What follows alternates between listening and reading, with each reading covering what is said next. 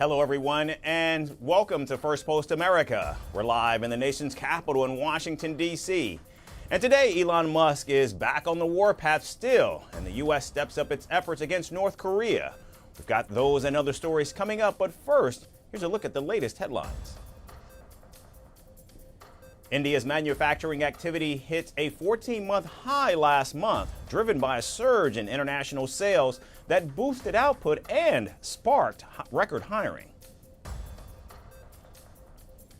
China sanctions and bars entry of a former Philippine senator citing egregious conduct over issues including the disputed South China Sea a day after his 6-year term ended.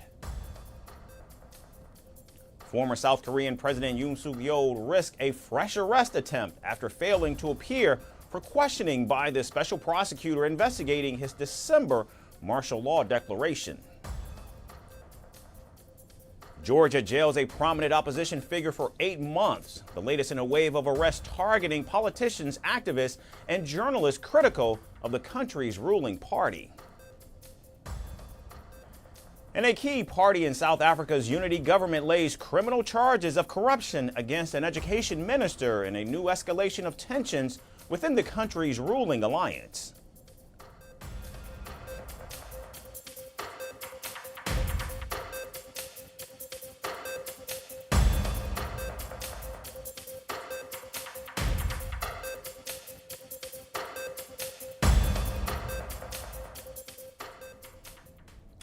President Donald Trump and his once close ally Elon Musk are at odds once again, this time over the president's sweeping new spending legislation. Musk has reignited his cause for a new political force in the country, blasting President Trump's big, beautiful bill and proposing the launch of an America party that he says would focus on fiscal sanity and innovation. Taking to X, the billionaire slammed the bill for what he called insane spending and criticized the $5 trillion debt ceiling increase. He later warned that lawmakers supporting the bill would certainly lose their primary next year. Now, of course, this isn't the first swipe at Trump's administration over this spending legislation by Musk. In fact, last month he clashed publicly with the president over the legislation, briefly walking back his comments before doubling down once again during the Senate's final round of voting. After scathing criticism, President Donald Trump did not hold back. The president fired back by attacking Elon Musk's reliance on government subsidies. And the president suggested that DOGE, which is now responsible for massive government cuts, take a closer look at federal funds going to Musk's various businesses, even insisting that the tech CEO be deported back to South Africa. Elon may get more subsidy than any human being in history, by far. Without subsidies, Elon would probably have to close up shop and head back home to South Africa. No more rocket launches, satellites, or electric car production, and our country would save a fortune.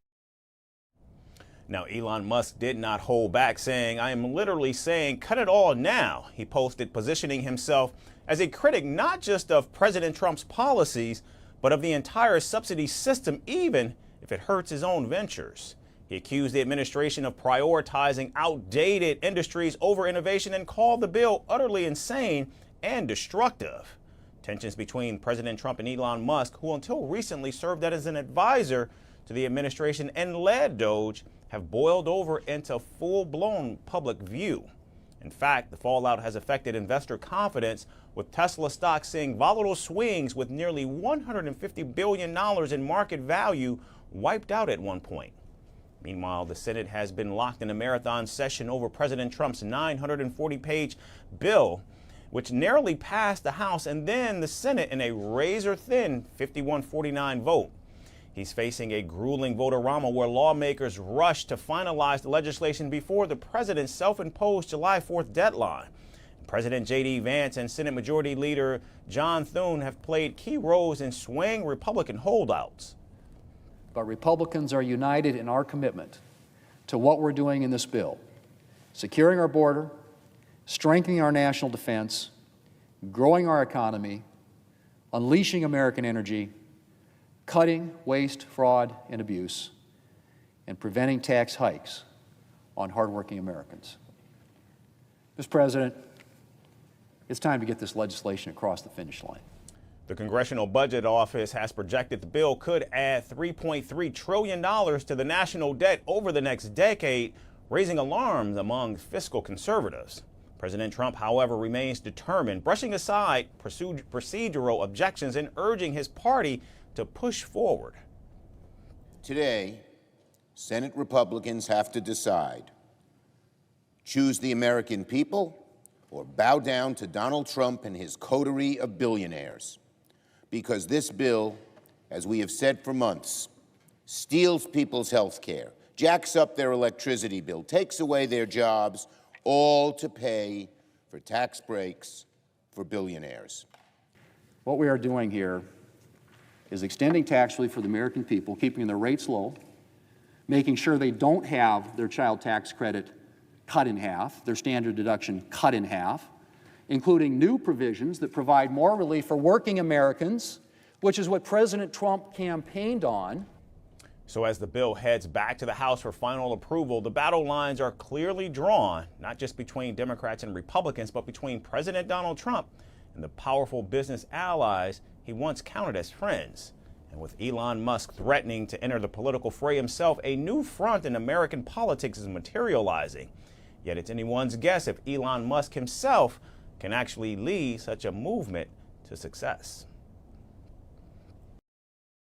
And staying in Washington, it appears that President Donald Trump's policies are having a major impact on the American currency. The U.S. dollar has just recorded its worst first half of the year in more than half a century, down 10.8% against a basket of major global currencies since January, marking its biggest first half fall since 1973. That was a year when the United States ended the gold standard, cutting the dollar's link to gold prices. And now, according to analysts, the slide has been driven by President Trump's trade tariffs, his push for massive new government spending, and growing concerns about the Federal Reserve's independence. At the start of the year, many expected the dollar to actually strengthen, with the president's trade war seen as more damaging to foreign economies. But that changed after the president's Liberation Day tariffs in April, which sparked a global market sell-off and caused foreign investors to reduce their dollar holdings. Making matters worse, economists are now warning that the president's big, beautiful bill could drive the national debt even higher. The U.S. dollar is the most notable loser so far this year, as it has lost 10% against other currencies, with investor concerns regarding Trump's policies having weighed on the greenback. And the dollar's drop has triggered sharp movements in other currencies. The euro, which many Wall Street banks had predicted would fall to parity with the dollar, have instead surged 13%. Safe haven currencies like the Japanese yen and Swiss franc have also strengthened.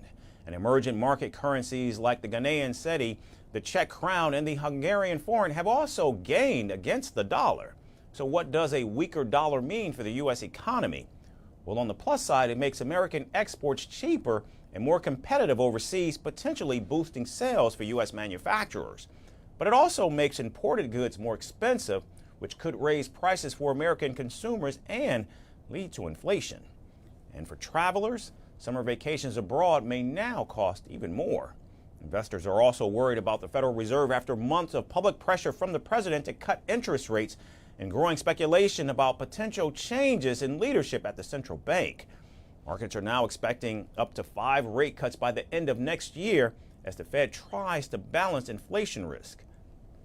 Look, I think the dollar's under pressure, partially because of some of the decision-making and policy uncertainty around the White House and Congress. And it's very, very, very important that the Federal Reserve stay a state institution with gravitas and not seen by anyone, right or wrong, as a plaything of the executive branch. That is the cornerstone of American asset supremacy for 100 years now. Meanwhile, the dollar's weakness has also pushed gold prices to record highs, with the metal surging 25% just this year. It also rose over 1% today amid uncertainty over U.S. tariffs. So as the second half of the year begins, all eyes are on whether the dollar slide will continue and how President Trump's policies will shape the future of the American and global economy. The U.S. Justice Department and the Federal Bureau of Investigation have announced a sweeping crackdown on North Korean efforts to infiltrate American companies through fake remote IT jobs. The scheme, according to prosecutors, involved North Korean IT workers using stolen or fake identities to get hired by more than 100 U.S. companies, including several Fortune 500 firms. Officials said some of the money allegedly helped fund the North Korean regime's illicit programs, including its weapons development. These schemes target and steal from the U.S. companies and are designed to evade sanctions and fund the North Korean regime's illicit programs, including its weapons programs. Prosecutors say the North Korean workers used compromised identities of more than 80 U.S. citizens to obtain remote jobs at U.S. companies and caused more than $3 million in legal fees, remediation, and other costs. In one case, federal prosecutors say North Korean workers stole export-controlled U.S. military technology from a California-based defense contractor. In another case, 4 North Korean nationals were charged in Georgia for stealing more than $900,000 in virtual currency. The Justice Department says the stolen funds were then laundered through foreign accounts using cryptocurrency mixers and fraudulent identification documents. The threat posed by North Korean operatives is both real and immediate. Thousands of North Korean cyber operatives have been trained and deployed by the regime to blend into the global digital workforce and systematically target U.S. companies. In addition to the arrest of a New Jersey man, the Justice Department has indicted 6 Chinese nationals and 2 Taiwanese nationals who remain at large. Officials say the New Jersey man and his co-conspirators helped North Koreans obtain IT jobs, generating over $5 million in revenue. They also allegedly helped operate so-called laptop firms, logging into company networks on behalf of North Korean workers to make it appear as if they were working from inside the United States. Moreover, in response to its nationals being named in the indictment, China said it would safeguard the legitimate rights and interests of its citizens. Now, the crackdowns are part of America's growing efforts to target North Korean cyber operations that generate revenue to fund Pyongyang's sanctioned programs. North Korean IT workers have allegedly been using false identities to infiltrate companies across America for years. And according to reports, North Korean teams based in countries like China, Russia, and Laos have been found working in the tech sector, including cryptocurrency and blockchain firms. The U.S. government has responded with a series of sanctions and prosecutions since 2023, targeting individuals, companies, and facilitators involved in helping Pyongyang's illicit networks. Federal officials say they remain committed to disrupting these operations and protecting American companies from future infiltration. So with federal prosecutors vowing to continue their enforcement actions targeting both international operatives and domestic facilitators, the focus now shifts to how effectively the U.S. can disrupt these networks and prevent future infiltrations by North Korean IT workers. A horrifying cartel massacre has rocked Mexico once again. 20 mutilated bodies, several decapitated, were found hanging from a bridge or stuffed inside a van in Sinaloa, the heartland of the country's biggest drug war. The killings are the latest and most gruesome escalation in an internal war between rival factions of the Sinaloa cartel, one led by El Chapo's sons and the other by the son of imprisoned co-founder El Mayo Zambada. As the bodies pile up and alliances shift, the violence is spiraling out of control. And authorities are overwhelmed and the public terrified. Our next report brings you more on the growing war that's gripping the nation. In a scene straight out of a nightmare, Mexican authorities discovered 20 mutilated bodies near a highway bridge in Sinaloa, the heartland of one of the world's most violent drug wars. 4 were headless and hanging upside down from the bridge, while 16 more bodies were crammed inside a van below. And 5 severed heads lay stuffed inside a plastic bag like some horrific warning. Officials confirmed that all victims had been shot, some tortured and left like props in a theater of fear. Officials later confirmed a note was found at the scene believed to be from one of the warring cartel factions. But the message remains undisclosed, adding another layer of mystery to the carnage. This isn't just cartel violence. It's a civil war inside the Sinaloa cartel, a power struggle between 2 criminal dynasties once united under one banner. On one side, followers of Elmeo Zambada, the cartel's elusive co-founder. On the other, Los Chapitos, the ruthless sons of Joaquin El Chapo Guzman, who now lead their own faction. The bad blood began nearly a year ago. Zambada was arrested in the United States, but claims he was kidnapped in Mexico by Guzman's son and flown to the US on a private jet. He called it betrayal. His son now leads Almeiza, and the vendetta is in full swing. Since then, over 1,200 have been killed in Sinaloa alone. Some estimates say nearly 3,000 are missing. Even torture has become art.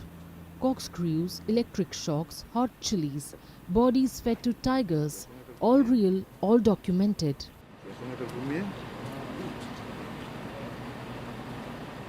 The cartels have also adopted symbols. Sombreros and pizza slices are now left on corpses, marking gang territory like mafia graffiti. But there's something even darker unfolding. US officials now believe Los Chapitos have struck a deadly alliance with their longtime rivals, the Jalisco New Generation Cartel. And this could change everything. The DEA warns it may reshape Mexico's entire criminal landscape, and it might already have. Feliciano Castro, a Sinaloa spokesperson, called the recent killings alarming. He admitted the security forces are overwhelmed. Military and police are working together to re-establish peace, he said. But the public is not convinced. Many believe peace is already lost. They say this war is about more than power. It's about fentanyl, a drug 50 times stronger than heroin. Los Chapitos are reportedly its biggest exporters. US fentanyl deaths are in hundreds of thousands, and although border seizures have dropped 30% this year, the crisis is nowhere near under control. Under US pressure, Mexico has cracked down. Labs raided, arrests made. Banks exposed for laundering cartel money, but the violence keeps spreading. Since 2006, nearly 500,000 Mexicans have died in drug-related violence, and more than 120,000 are still missing. And every week brings a new headline soaked in blood. Now with two cartels at war and a possible super alliance rising, Mexico faces a question no one wants to ask out loud. What happens when the monsters stop fighting each other and start fighting everyone else? And finally, a Russian cult leader who claimed to be the reincarnation of Jesus Christ has been sentenced to 12 years in prison. Sergei Torop, known to his followers as Vizarion, was found guilty of harming the mental and physical health of his followers and exploiting them financially. The verdict marks the end of a decades-long investigation into one of Russia's most controversial religious movements. Our final story takes you inside. The Jesus of Siberia has been jailed. A self-proclaimed messiah who founded a religious cult in the remote Russian wilderness has been sentenced to 12 years in a maximum security prison for systematically exploiting and harming his followers over nearly 3 decades. 64-year-old Sergei Torop, once a traffic officer, reinvented himself in the early 1990s as a Vizarion, claiming to be the reincarnation of Jesus Christ. In the chaos of post-Soviet Russia, as old ideologies collapsed and poverty surged, Torop's apocalyptic sermons found fertile ground. He founded the Church of the Last Testament in 1991, the same year the Soviet Union fell, and began building a following in Krasnoyarsk region of Siberia.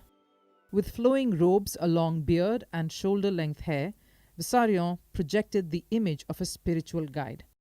He established a secluded commune called the Abode of Dawn, also referred to as Sun City, where some 300 of his most loyal devotees lived in a near-total isolation following strict rules. Meat, alcohol, smoking, swearing, and money were forbidden. Followers intoned prayers in his honor, while females were reportedly educated as future brides for worthy men. This was shown in a documentary in 2017. But beneath the spiritual facade, Russian authorities say Torop ran a coercive operation, one that inflicted psychological trauma, financial ruin, and physical harm on his flock. On July 30, a court in the Siberian city of Novosibirsk convicted Torop and two of his top aides of causing grievous bodily harm, violating civil rights, and psychological manipulation of their followers. Torop and one of his aides were each sentenced to 12 years, while the other aide received 11 years in a high-security penal colony. The court also ordered the trio to pay over $500,000 in compensation to their victims for what prosecutors described as moral damage. According to investigators, the group inflicted moral harm on 16 people, caused serious health problems in 6, and left one individual with moderate injuries. The men were arrested in a dramatic helicopter raid on the commune in 2020. Throughout the investigation and trial, all 3 men denied any wrongdoing.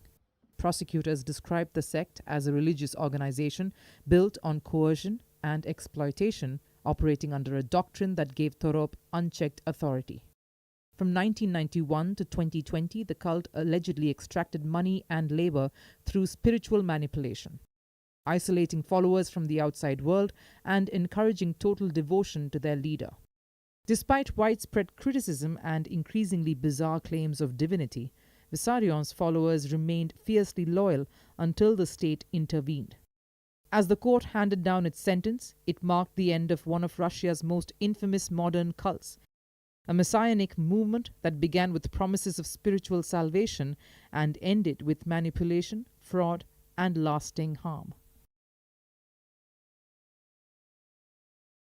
That's going to do it for us today. We certainly thank all of you for tuning in once again. We look forward to seeing you right back here again tomorrow, and we thank you so much for watching.